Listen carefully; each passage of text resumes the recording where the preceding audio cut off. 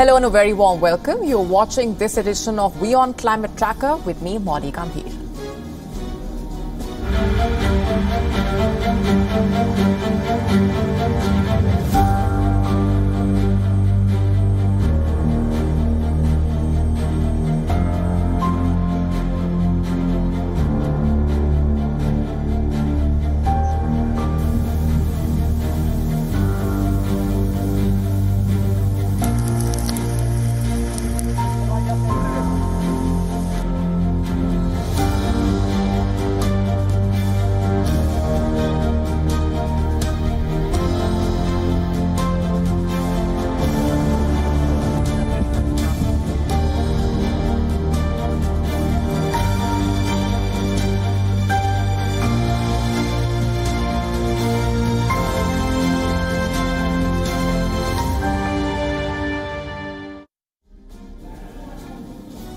And on the occasion of India completing 75 years of independence, on WION Climate Tracker, we decode how far the country has come.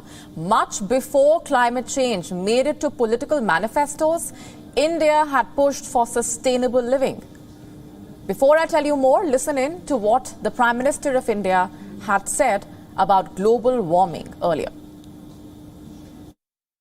आज विश्व पर्यावरण की जो समस्याओं से जूझ रहा है, हमारे पास वो विरासत है। ग्लोबल वार्मिंग की समस्याओं के समाधान का रास्ता हम लोगों के पास है, हमारे पूर्वजों ने दिया हुआ है। जब हम लाइफस्टाइल की बात करते हैं, एनवायरमेंट फ्रेंडली लाइफस्टाइल की बात करते हैं, हम लाइफ मिशन की बात करते हैं, तो दुनिया का ध्यान आकर्षित करते हैं। हमारे पास ये सामर्थ्य है। हमारा बड़ा धान, मोटा धान, मिलेट, हमारे यहां तो घर घर की चीज रही है। ये हमारी विरासत है। हमारे छोटे किसानों के परिश्रम से छोटी छोटी जमीन के टुकड़ों में फलने फूलने वाली हमारे धान, आज दुनिया अंतर्राष्ट्रीय स्तर पर मिलेट ईयर मनाने के लिए आगे बढ़ रही है। मतलब हमारी विरासत को आज दुनिया, हम उस पर गर्व करना सीखे। India holds the 10th place in CCPI, which is the Climate Change Performance Index. Over the years, India's performance has been rated high when it comes to greenhouse gas emissions. But India is slammed as the world's third highest polluter. The country has not been a historical contributor. Its emissions have added up to a minuscule 4% of the global total. The South Asian nation had made two changes in its climate pledges. One, reduce emissions intensity of its GDP by 45% by 2030, and two, derive about 50% electricity from non-fossil fuel-based energy resources by the same year. According to the Performance Index, the South Asian country is on track to achieve these promises, but New Delhi has made it clear that none of this can be fulfilled without the GCF, which brings me to my next point. The GCF is the Green Climate Fund. It is a source of finance by developed nations. India was one of the first countries to demand the rich nations must pay. You see, carbon emissions have historically risen after the Industrial Revolution, and the rich countries today owe much more than the developing nations. The economics of climate change is crystal clear. The United States and most countries of Europe exploited nature to gain profits. And today, when it's time to heal our planet, these countries want every government to make identical pledges.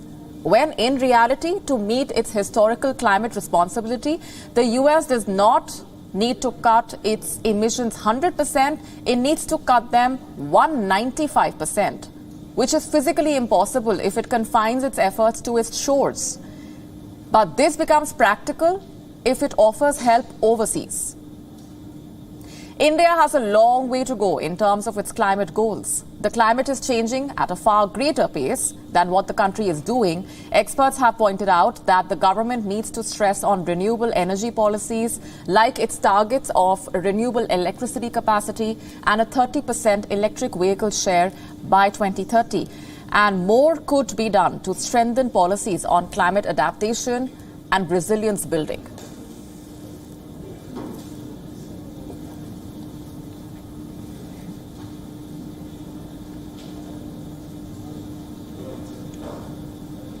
And for more on this, with me on the broadcast is Bharti Chaturvedi. She is the founder and director of the Chintan Environmental Research and Action Group. Hi Bharti, thank you for being here with us.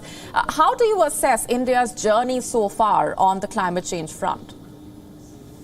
Well, actually, I think India has done very well. It's shown leadership. It's shown great responsibility. And I think, from 1870 to, 2019, we've only contributed to we've only been responsible for about 4% of the world's greenhouse gases. But in fact, we're flogged for being the third largest. And I think you can see an indicator of our commitment in the recent months when, in fact, earlier this month, the cabinet passed our NDC commitments, which includes a huge leap towards renewable energy on one hand. And on the other hand, countries like Germany, countries like Austria, countries like the Netherlands, all of them moved to coal because they just found it really inconvenient to spend the new kind of money that was required after the Russia-Ukraine conflict and war, because coal became more expensive. So a poor country like us, which has been so badly hit by climate change, so badly hit by, the pandemic, we chose to stick to our commitments and did not kind of go back on them. But these wealthy countries not only haven't been giving us any carbon finance, but in fact even have opened out and gone back to coal, which tells you something about our commitment, but also tells you what a terribly hypocritical world we're dealing with in the carbon space. Yes, let's talk in greater detail about the Green Climate Fund. Now, India was one of the first countries to demand that the rich countries must pay. How do you view the response by the developed countries when it comes to contributing to the fight against climate change, their promises and their pledges? Well, I think it's been quite pathetic. It's also been quite tragic because there are a couple of reasons why I think we should talk about their responsibility. Firstly, the rise of countries like England and many other parts of Europe and even the United States. But essentially, there's a historical logic to that, which is that they were able to take resources from their colonies. India was the jewel in the crown, but several other colonies as well. Take those resources and build their industries and, throw all those carbon emissions out. So not only were countries like India completely impoverished, we also enriched those countries. They leapfrogged into development and they were the primary polluters. So there are a number of injustices here historically. The other thing is that when push comes to shove, rich countries don't want to, compromise on their completely extravagant lifestyle, and we're left to fend for ourselves. Now, I think that doesn't make any sense. And when we began the climate discussions all the way back, to Kyoto and all of that, we talked about common but differentiated responsibilities. And the whole concept of equity, which was so important in India, played a really big leadership role in, taking all these developing countries and putting the idea of equity on the table, which nobody absolutely wanted to talk about. What's happened now is we've realized that we are on our own right now. And the question of equity isn't as strong as it should be. And I actually believe India should take back that concept and show its international leadership. We have fine standing globally. We should leverage that fine standing and put back equity in a much stronger way on the table. And as we can see, countries like India, or at least India, is at least, we're thinking about these issues. We've got goals. We've got a bunch of things going for us. But not everyone has our capacity. And if we're going to fall down if we don't all collectively, look at this. So I believe that by letting down most of the world's population, by letting down the world's poor, I think the developed countries continue to be very colonial and very unfair in their approach. Bharti Chaturvedi, we're leaving it there for the moment. Thanks very much for being here. Thank you. And shifting our focus to the United Kingdom now, which is in the grip of a record heat wave and drought. Before I get to the latest, have a look at these visuals. These have been released by NASA. The satellite images showing Britain's landscape turning brown from green. The record-breaking drought has devastated the region, especially across southern and eastern England. The weekend was extremely harsh on the Britons. An official drought was declared on Saturday. Water levels hit record low. Conditions remained tinder dry. The amber warning has been lifted now, but the woes are not over for the UK. It is bracing for several days of thunderstorms. Meteorologists have warned the change in weather is likely to bring more danger rather than relief. In Scotland and Northern Ireland, a yellow warning for thunderstorms was in place. Flash flooding and power cuts can be expected once the showers beat down, and the north can experience a sweep of heavy rain for the coming days. England suffered its driest July since 1935, with only 35% of the average rainfall for the month and record-breaking 40 degrees Celsius heat. 3 water companies have imposed hosepipe bans: Welsh Water, Southern Water and Southeast Water. Meanwhile, Yorkshire Water has announced that a ban will start on the 26th of August. And Thames Water is planning one in the coming weeks. And for more on this, our correspondent Alex Izat getting us this report from London. Take a look. The heatwave is set to come to an end as the Met Office have warned of 3 days of thunderstorms. And by Wednesday, it will feel cooler with highs of 22 degrees Celsius and 72 degrees Fahrenheit. It may not be the relief, though, that some are looking for after weeks of sweltering temperatures, which saw a drought declared across more than half of England for the first time in 50 years. Experts say that the country would need weeks of rain to reverse the drought conditions. Hosepipe bans are still in place, and more water companies are imparting restrictions on millions of customers, including Cornwall and Devon, with Yorkshire and Thames Water planning to do so in the near future. As the temperature remains hot in London, the Met Office warns that we may see up to 60 millimetres of rain falling in just 3 hours. These downpours could cause flooding, power outages and transport delays. The warning for the whole of England and Wales, which comes at a small chance of fast-flowing or deep floodwater, runs until the end of tomorrow, although the Met Office said that some places within the area will stay dry while others will be deluged. This is Alex Izat for WION. World is One. In Europe, the summer season has been that of sweltering record high temperatures, heat warnings, alerts. However, in some parts of the UK, climate change-driven temperatures have actually proved to be beneficial. Wine production is seeing an unexpected but welcome growth due to the rising heat. Our next report telling you more. France has its champagne, a sparkly white bubbly, originating from the Champagne region, one of the most popular and loved varieties of wine. But in the UK, it is the red wine that is considered the holy grail of UK wine production. Even though UK is home to many wine-growing regions, it hasn't always been able to match French production. But that no longer seems to be the case. As climate change drives up temperatures, wine-growing regions in the UK have become unlikely beneficiaries that are now seeing the grapes ripen faster with higher sugar content, resulting in better quality, smoother wine with higher alcohol content. So much so that, as per estimates, UK is all set to usurp Champagne and Burgundy in France in terms of wine production. The production here in the UK has been able to produce sparkling wines that are of a style that are very similar to those produced in Champagne. And in some parts of the country here, the geology is also quite similar to the Champagne region.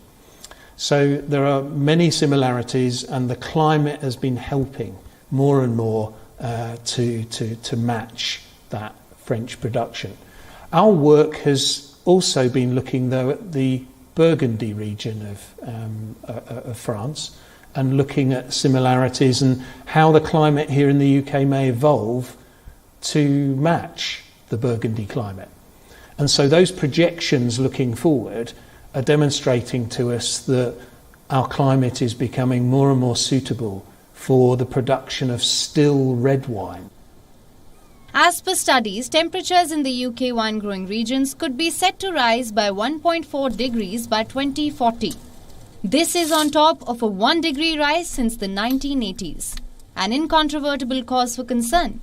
And in UK's wine-producing regions, this rise in temperature also implies a shift in vineyard maintenance and growing practices, which would mean a change in the varieties of wine coming out of these regions.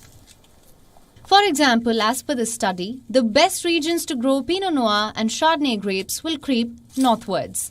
Traditionally, wine picking season starts roughly around the 1st of October, but in recent years, grapes ripen and are ready for picking by mid-September, and these wine growers are not complaining, as a shorter growing season affords them more flexibility when it comes to harvesting. And if things continue on this trajectory, very soon UK will be able to position itself as a popular hub for high-end vintage wines. Bureau Report WION, World is One. It took more than 18 months for both the houses to debate and pass a climate bill in the United States. President Joe Biden is yet to sign it into legislation, but many have touted it as the largest climate investment ever taken by Washington. At a time that's so crucial, a poll was conducted by the Center for Public Affairs, and the result is worrying. After 2 years of buckling under a pandemic and worsening economy, climate change has dropped way down on the priority list. Only 50% of American adults believing that their actions have an impact on climate change, and that is a notable decline since August 2019. Economic and social inequality problems have taken precedence.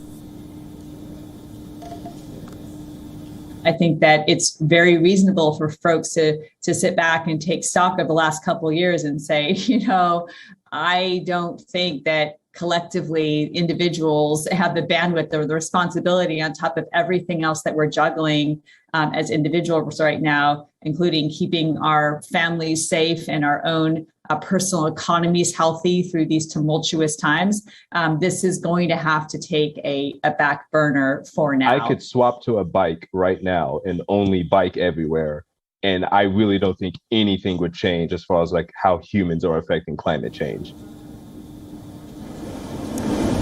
Climate science experts saying the new findings are disappointing but understandable because the last 2 years have been especially hard for everyone.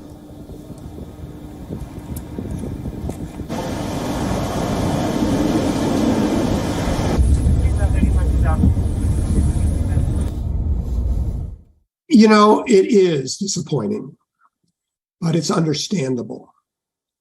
And I'm not one who wants to blame normal Americans for responding to the problems of the now instead of the problems of the future. But as a climate scientist who knows with absolute confidence that this is a big problem already and it's growing, it worries me that the number was that soft. A majority of Americans continue to believe that climate change is caused by human activities, but most say governments and businesses have a responsibility to do something about it. The poll also found that those practicing environmental friendly behaviors were often motivated more by cost savings than green concerns.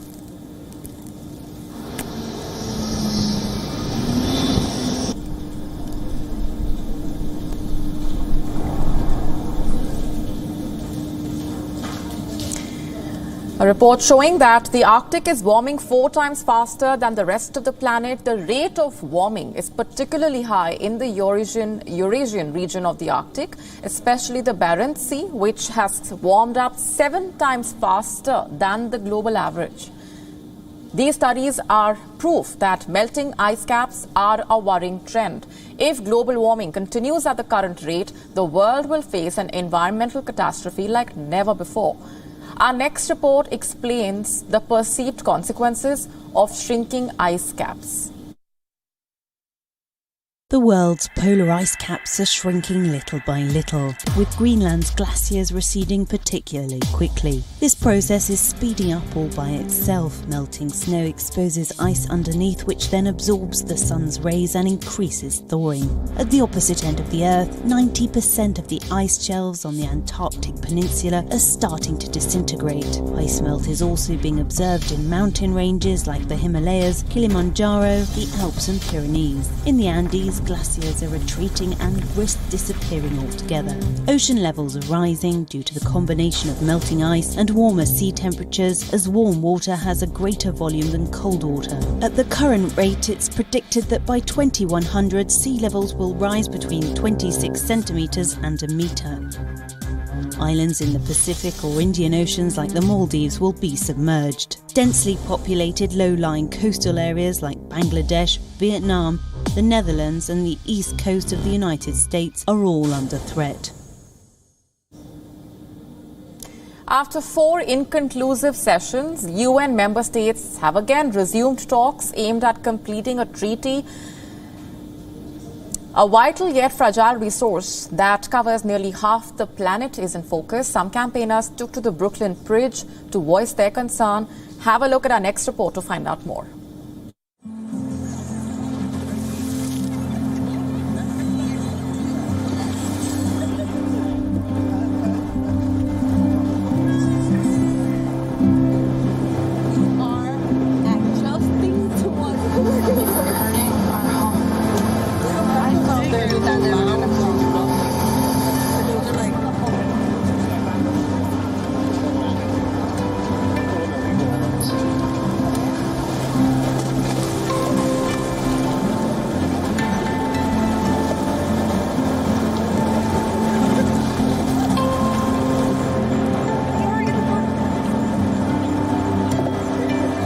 We have maybe 2% of the world's oceans protected now. We need to get to 30% by 2030. And this treaty can give us the way to do that. We've removed close to 90% of the world's large fish. And still there's fishing in the high seas with almost no regulation.